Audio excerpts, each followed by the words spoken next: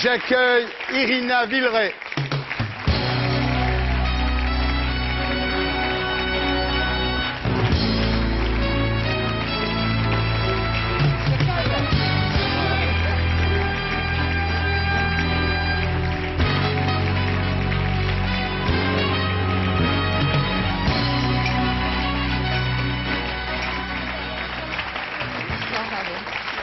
Irina Villeray, bonsoir. Bonsoir. Disparu le 28 janvier dernier, Jacques Villeray était l'un des acteurs les plus touchants du cinéma français. On l'a vu en 1981 jouer l'extraterrestre dans La soupe aux choux. En 86, L'été en pente douce. En 88, Le dîner de cons, ce qui lui a valu un César. Sans oublier La scène avec La contrebasse. Vous avez partagé son quotidien pendant 25 ans. Et aujourd'hui, vous témoignez dans un livre publié chez Flammarion qui s'appelle « Un jour, tout ira bien ». Voilà. Alors, votre père était producteur de cinéma, vous êtes né dans le milieu, vous vouliez être actrice au départ. Je vais être comédienne. Vous fréquentez un endroit qui s'appelait le Sherwood, où il y avait Huster, Balmer, Dussolier. Et la première fois que vous voyez Jacques Villeray, il est là, il est un peu sous déjà. Oui, c'est vrai qu'il avait une tendance à s'oublier un petit peu par l'alcool. Ensuite, vous restez 5 ans sans le voir et vous le revoyez en 1978. Vous faites connaissance, il vous invite à son one-man show. Et après le spectacle, il vous invite à dîner. Et il vous révèle sa blessure, en fait. C'est-à-dire son père algérien. Oui, c'est vrai. Il a vécu pendant des années sous une autre identité. Et je crois que ça a été une très grande blessure, évidemment. Qu'il a suivi toute sa vie, puisque il a découvert d'une façon difficile par le directeur de l'établissement scolaire qui lui a rendu ses papiers, le livret de famille, qu'il ne portait pas du tout ce nom-là. Ce soir-là, au fil des vers, le personnage s'assombrit. Il finit par vous dire qu'il n'est pas programmé pour vivre. Vous en déduisez quoi? Ça m'émeut, évidemment, j'entre immédiatement en compassion. Alors le lendemain, il vous envoie des roses rouges. Vous êtes séduite par l'acteur, évidemment, mais vous n'êtes pas tellement séduite par l'homme. Hein. Mais c'est pas ça, c'est que en fait, moi je suis maman. J'ai décidé de vivre seule avec mon enfant. Donc je ne suis pas prête à entrer en amour avec qui que ce soit. C'est difficile quand on a un enfant de l'embarquer dans une histoire. On a le sentiment, en lisant votre bouquin, qu'il s'accroche à vous complètement à ce moment-là. Il comprend peut-être que je suis prête à l'aider, à le soutenir, je ne sais pas, vous savez, c'est mystérieux. Là, vous rentrez donc dans une relation amoureuse et dévastatrice. Très intense. Voilà. Il boit beaucoup, hein? Malheureusement, oui. Et vous dites, quand il boit, il devient agressif. Et il a cette colère qui remonte à l'enfance. Hein. Tout à fait, c'est une chose qu'il ne digère pas. Je me suis battue toute ma vie. Toute ma vie, je me suis battue, toute ma vie, j'ai espéré. Ce livre s'appelle « Un jour, tout ira bien » parce que Jacques m'a écrit ce mot qui figure dans ce livre.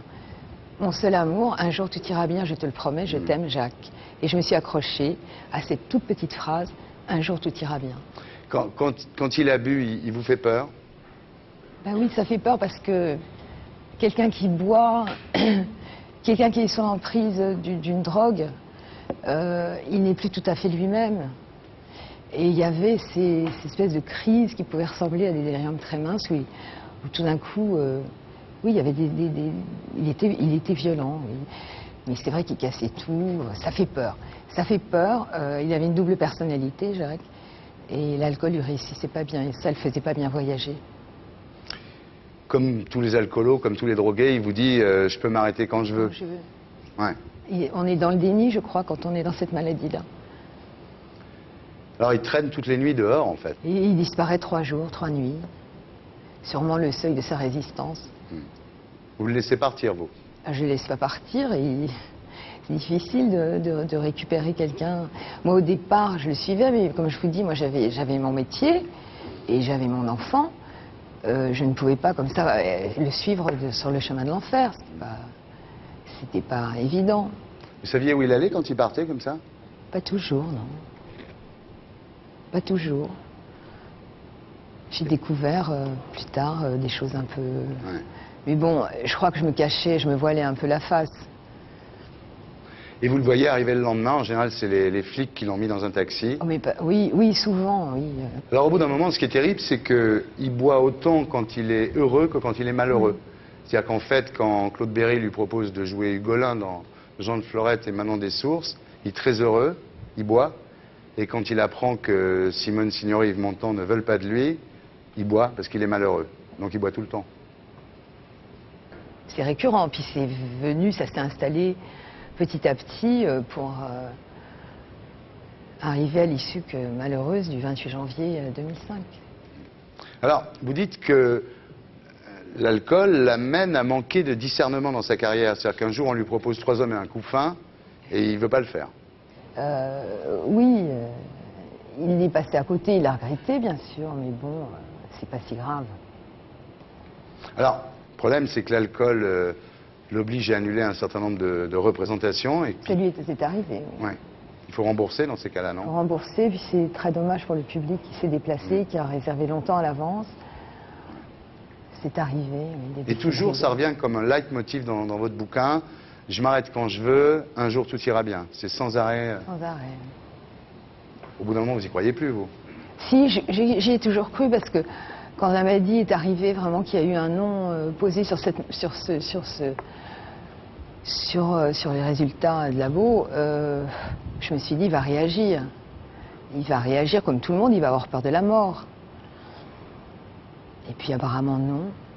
Il finit par rencontrer son père biologique, ça aurait pu effectivement provoquer une transformation chez lui, mais en oui, fait... parce qu'en fait, il fantasmait sur ce père, mais il avait toute l'attitude pour partir à sa recherche. Donc ça, il n'a jamais fait la démarche. Il avait peur de cette démarche. Puis c'est arrivé au début de la contrebasse à Hébertot. Ouais. Et je crois que ça a tout fait basculer, oui, parce que la rencontre n'a pas été celle qu'il espérait. Ça n'a rien arrangé, disons, voilà. Non, je crois que c'est pire, je crois que ça a fait basculer. Ouais. Je crois que, se trouvant devant cette réalité qui était assez triste, il s'est senti une seconde fois abandonné, puisque là, cette rencontre n'a pas été celle qu'il espérait. Il n'y a pas eu d'amour, il n'y a pas eu de retrouvailles d'amour. Vous avez songé à le quitter, à un moment, vous vouliez divorcer. Non, oui, je le menaçais. C'était moi ou l'alcool. Ouais. Mais je l'aurais jamais fait parce que je suis incapable de... C'est une maladie, on ne laisse pas tomber un cancéreux, on ne laisse pas tomber un alcoolique non plus. Il voulait pas voir la réalité, parce que quand on lui disait tu vas avoir une cirrhose du foie, il disait c'est pas grave, le foie ça repousse. C'est vrai. C'est un vrai truc d'alcoolo, ça. Ouais. Et un soir, il fait une tentative de suicide avec des somnifères. Oui. Un matin, en rentrant, ivre-mort, il vous roue de coups quand même. Oui, pendant mon sommeil, oui. C'était une crise de délirium très mince parce que il avait il était absent. Et puis il ne s'est plus souvenu.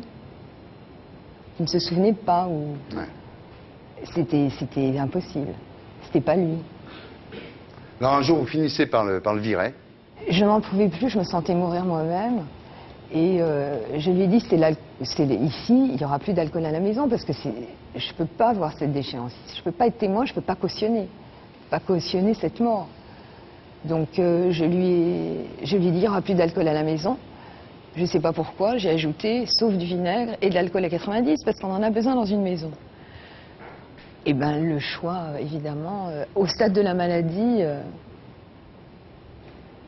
je n'étais que perdante. Ouais. Donc il a respecté ma demande, et donc il est parti, s'est installé à l'hôtel au ras de la maison. Alors là, quand vous vous séparez, il passe du « sauve-moi, je vais te pourrir la vie », quoi. Il a une attitude... Si quelqu'un me quitte, je ne vais pas supplier, je n'allais pas le supplier de rester, bien sûr. Donc il a senti un désamour. Donc ça l'a blessé, il y a eu une blessure narcissique aussi. Il demande le divorce et vous dites dans votre bouquin qu'il vous coupe les vivres. Alors, il y a un truc qui n'est pas très clair quand même parce que c'est vous qui gériez ses finances. Donc comment il peut... Je ne gérais pas ses finances. Non. Il vous coupe les vivres vraiment? Oui, vraiment. Sa sœur Ghislaine dit que c'est vous qui avez vidé ses comptes. Ben écoutez, qu'on m'en apporte les preuves, j'aurais été très contente de vider les comptes, j'aurais dû le faire. Non, j'ai pas vidé les comptes de Monsieur Villeray. C'est extraordinaire. Elle dit qu'il n'était pas violent, finalement. Ghislaine, Hmm. écoutez, je sais pas. Elle dit que c'était lui la victime.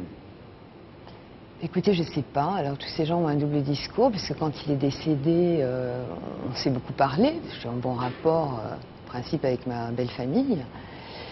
Et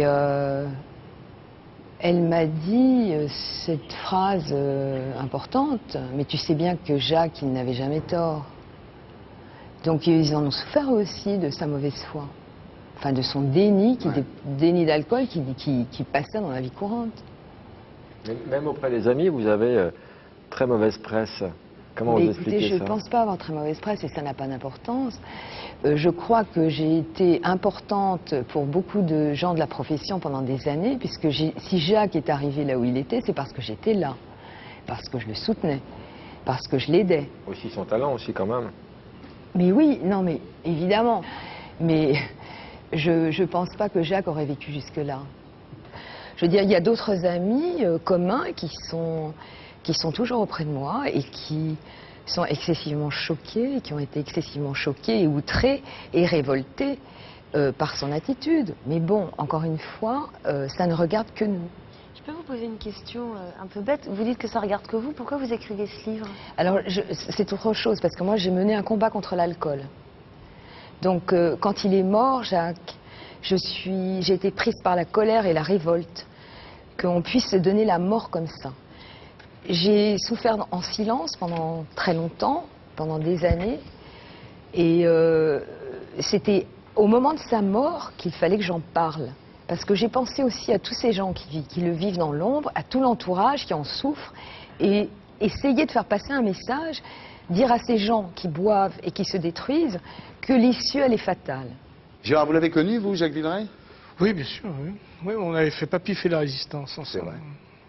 Mais oui, c'était un garçon qui pouvait être double, oui, très drôle, très sympathique, avec une blessure évidemment au fond, quoi. Et puis je l'ai vu dans son dernier spectacle, il n'était pas au mieux de sa forme, quoi. Ça faisait un peu peine. Non, je trouve que c'est lourd, quoi, tout ça. Ouais, difficile. Je sais pas, j'ai pas lu le livre, donc je n'ai pas l'avis. Est-ce que c'est utile? Oui, c'est peut-être utile pour vous. Est-ce que c'est utile de parler de la face cachée en quelque part, moi je m'en fous. Je voyais un acteur magnifique qui me faisait rire, qui m'émeuvait, qu'il soit alcoolique, pas alcoolique, homosexuel, hétéro. Il était homosexuel? Non, genre, on s'en fout, quoi. Il y a beaucoup d'acteurs qui méritent pas. Il vaut mieux pas les connaître. Moi, j'ai connu plein d'acteurs formidables qu'il fallait mieux pas connaître, et le contraire aussi.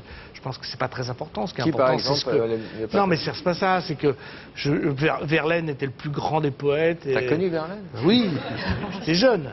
Et c'était sans doute une humanité assez incertaine. Donc je crois que c'est. Est-ce que ça vaut Il le paraît que coup de... Pinochet est très sympa dans la vie. Voilà.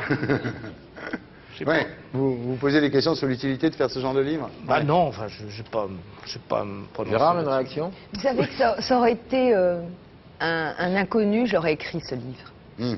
Il n'aurait pas été publié. Mais peut-être que si. L'argent que vous allez gagner, vous allez en faire quoi?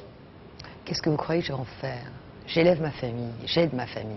Si c'est pour dénoncer l'alcool, peut-être donner une partie... Bien sûr, mais je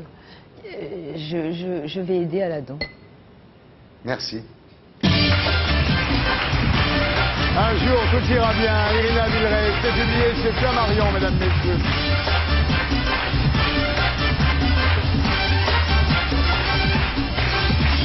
Merci d'avoir été avec nous.